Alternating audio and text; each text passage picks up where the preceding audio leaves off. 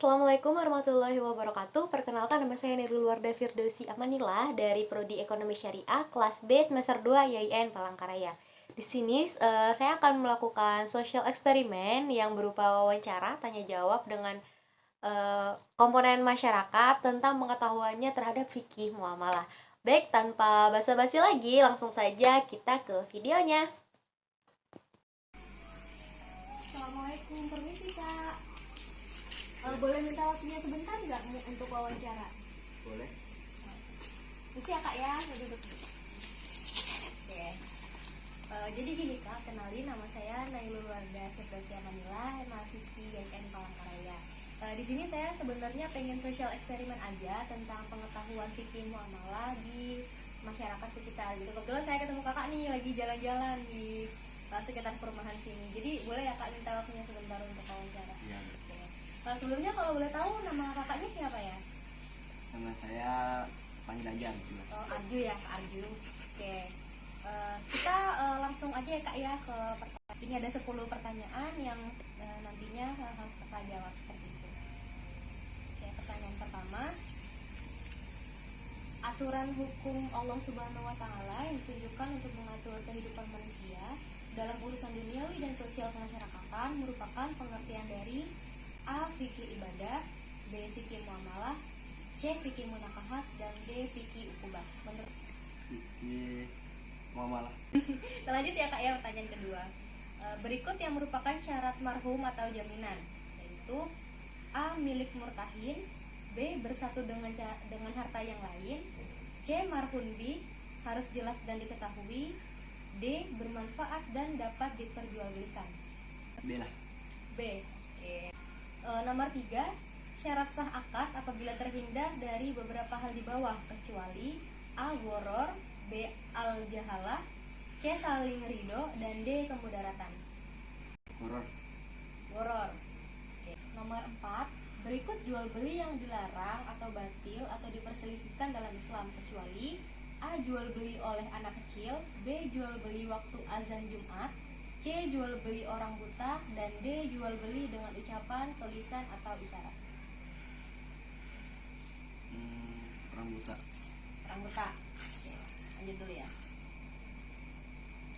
Nomor 5, hiyar yang ditetapkan oleh syara bagi setiap pihak yang melakukan transaksi selama para pihak masih berada di tempat transaksi disebut A. Hiyar syarat, B. Hiyar majelis, C. Hiyar aib, D. Hiyar ru'yah. Jawabannya B lah. B. Hiyar majelis ya.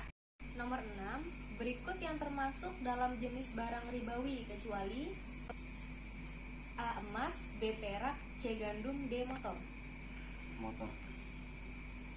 Ya, nomor 9, berikut kriteria dari akad mudharabah kecuali A. Modal berasal dari salah satu pihak, B. Keuntungan sesuai kesepakatan atau nisbah bagi hasil, C. Kerugian berdasarkan porsi modal, D. Pekerjaan berasal dari salah satu pihak. Kerugian. C.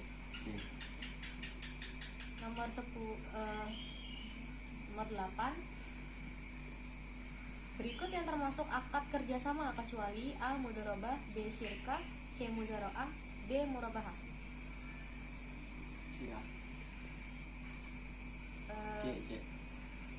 C. Muzara'ah ya. Iya. Nomor 9, berikut yang merupakan kriteria dari bank syariah adalah A. Hubungan dengan nasabah adalah hubungan kreditur debitur, B. Profit oriented, C. Berdasarkan prinsip bagi hasil jual beli dan sewa, D. Tidak memiliki DPS. A. Hubungan dengan nasabah. Oke, nomor 10, menjadikan milik suatu kemanfaatan yang mubah dalam waktu tertentu dengan pengganti merupakan pengertian dari A. Ariyah, B. Qard, C. Albai, D. Ijarah. Terima kasih ya Kak atas waktunya dan telah bersedia untuk diwawancara. Assalamualaikum Kak Rike. Waalaikumsalam. Masuk Kak. Wah, apa ini Kak? Apa ya? Lagi coba-coba sih, lagi coba produk. Oh, lagi bikin ini ya, bikin produk buat usaha ya. Oh gitu. Aku ganggu nggak nih Kak? Oke aja sih. Oh, Masih oke, bisa ya. diganggu. Maaf ya Kak ya ganggu malam-malam. Jadi gini, saya pengen minta waktu kakak buat wawancara sih kak tentang pengetahuan fikih muamalah di masyarakat kayak gitu. Jadi kebetulan saya lewat sini, jadi kira-kira bisa nggak nih kak? Kalau salah nggak apa-apa ya, paling Oh iya nggak apa-apa nggak apa-apa. Kita langsung aja ya kak. Ini pertanyaannya jumlahnya ada 10. Nanti silakan kakak jawab sesuai kemampuan kakak aja. Oke. Pertanyaan pertama, aturan-aturan atau hukum Allah Subhanahu wa taala yang ditujukan untuk mengatur kehidupan manusia dalam urusan duniawi dan sosial kemasyarakatan merupakan pengertian dari A. Fikih ibadah, B. Fikih muamalah, C. Fikih munakahat, D. Fikih ukubah. fikih muamalah yang B ya. Lanjut pertanyaan kedua ya. Berikut yang merupakan syarat marhun atau jaminan yaitu A. Milik murtahin, B. Bersatu dengan harta lain, C. Marhun B harus jelas dan diketahui, D. Bermanfaat dan dapat diperjualbelikan. D terakhir. 3. Syarat sah akad apabila terhindar beberapa hal di bawah kecuali A. Gharar, B. Al-jahalah, C. Saling ridho, D. Kemudaratan. Ulang bisa nggak? A. Gharar, B. Al-jahalah, C. Saling ridho, D. Kemudaratan. A. Lanjut nomor 4. Berikut jual beli yang dilarang atau batil diperselisihkan dalam Islam kecuali A. Jual beli oleh anak kecil, B. Jual beli waktu azan Jumat, C. Jual beli orang buta, D. Jual beli dengan ucapan, tulisan atau isyarat. Yang terakhir. 5. Khiyar yang ditetapkan oleh syara bagi setiap pihak yang melakukan transaksi selama para pihak masih berada di tempat transaksi disebut A. Khiyar syarat, B. Khiyar majelis, C. Khiyar aib, D. Khiyar uyah. Yang majelis. Nomor 6. Berikut yang termasuk dalam jenis barang ribawi kecuali A. Emas, B. Perak, C. Gandum, D. Motor. 7. Berikut kriteria dari akad mudharabah kecuali A. Modal berasal dari salah satu pihak, B. Keuntungan sesuai kesepakatan atau nisbah bagi hasil, C. Kerugian berdasarkan porsi modal, D. Pekerjaan berasal dari salah satu pihak. B. Nomor 8. Berikut yang termasuk akad kerjasama kecuali A. Mudharabah, B. Syirkah, C. Muzara'ah, D. Murabahah. A. Nomor 9. Berikut yang merupakan kriteria dari bank syariah adalah A. Hubungan dengan nasabah, hubungan kreditur-debitur, B. Profit oriented, C. Berdasarkan prinsip bagi hasil jual beli dan sewa, D. Tidak memiliki DPS. C. Nomor 10. Menjadikan milik suatu kemanfaatan yang mubah dalam waktu tertentu dengan pengganti merupakan pengertian dari A. Ariyah, B. Qard, C. Al-Bai, D. Ijarah. Yang C. Itu aja dulu kak ya, makasih banget atas waktunya. Semoga usahanya lancar dan juga semoga pertemuan kita kali ini ada manfaatnya. Terima kasih. Ya, itulah tadi jawaban dari narasumber-narasumber yang sudah saya tanya terkait pengetahuannya terhadap fikih muamalah. Sekarang waktunya saya memberikan jawaban versi saya sekaligus analisis terhadap soal-soalnya. Langsung saja kita ke pertanyaan pertama. Menurut saya jawabannya adalah B, yaitu pengertian dari fikih muamalah. Karena fikih munakahat, fikih ukubah, dan fikih ibadah itu lain lagi pengertiannya seperti itu. Dan untuk pertanyaan kedua, karena jawaban dari A sampai C itu tidak relate, tidak benar, menurut saya jawaban yang benar adalah bermanfaat dan dapat diperjualbelikan gitu. Lalu ada soal ketiga, ada goror, ada al-jahalah, dan ada kemudorotan. Mereka bertiga ini sama-sama bertolak belakang gitu. Jadi jawaban yang paling benar adalah C, yaitu saling ridho. Kita menuju ke pertanyaan keempat. D. Jual beli dengan ucapan, tulisan, atau isyarat. Untuk pertanyaan kelima, jawabannya B, khiyar majelis. Karena sudah jelas bahwa arti dari majelis itu sendiri adalah sebuah tempat berkumpul begitu. Nah, ketika dua belah pihak sudah tidak berada di tempat transaksi, maka hiarnya otomatis hangus. Hiarnya otomatis tidak berlaku lagi bagi mereka jika sudah melaksanakan akad jual beli begitu. Lalu pertanyaan ke-6, D, motor. Karena ketiga-tiganya ini emas, perak, dan gandum itu adalah komoditas ribawi. Ada syarat-syarat dan ketentuan supaya mereka dapat dipertukarkan atau diperjualbelikan. Jadi tidak secara bebas, belum tentu bebas.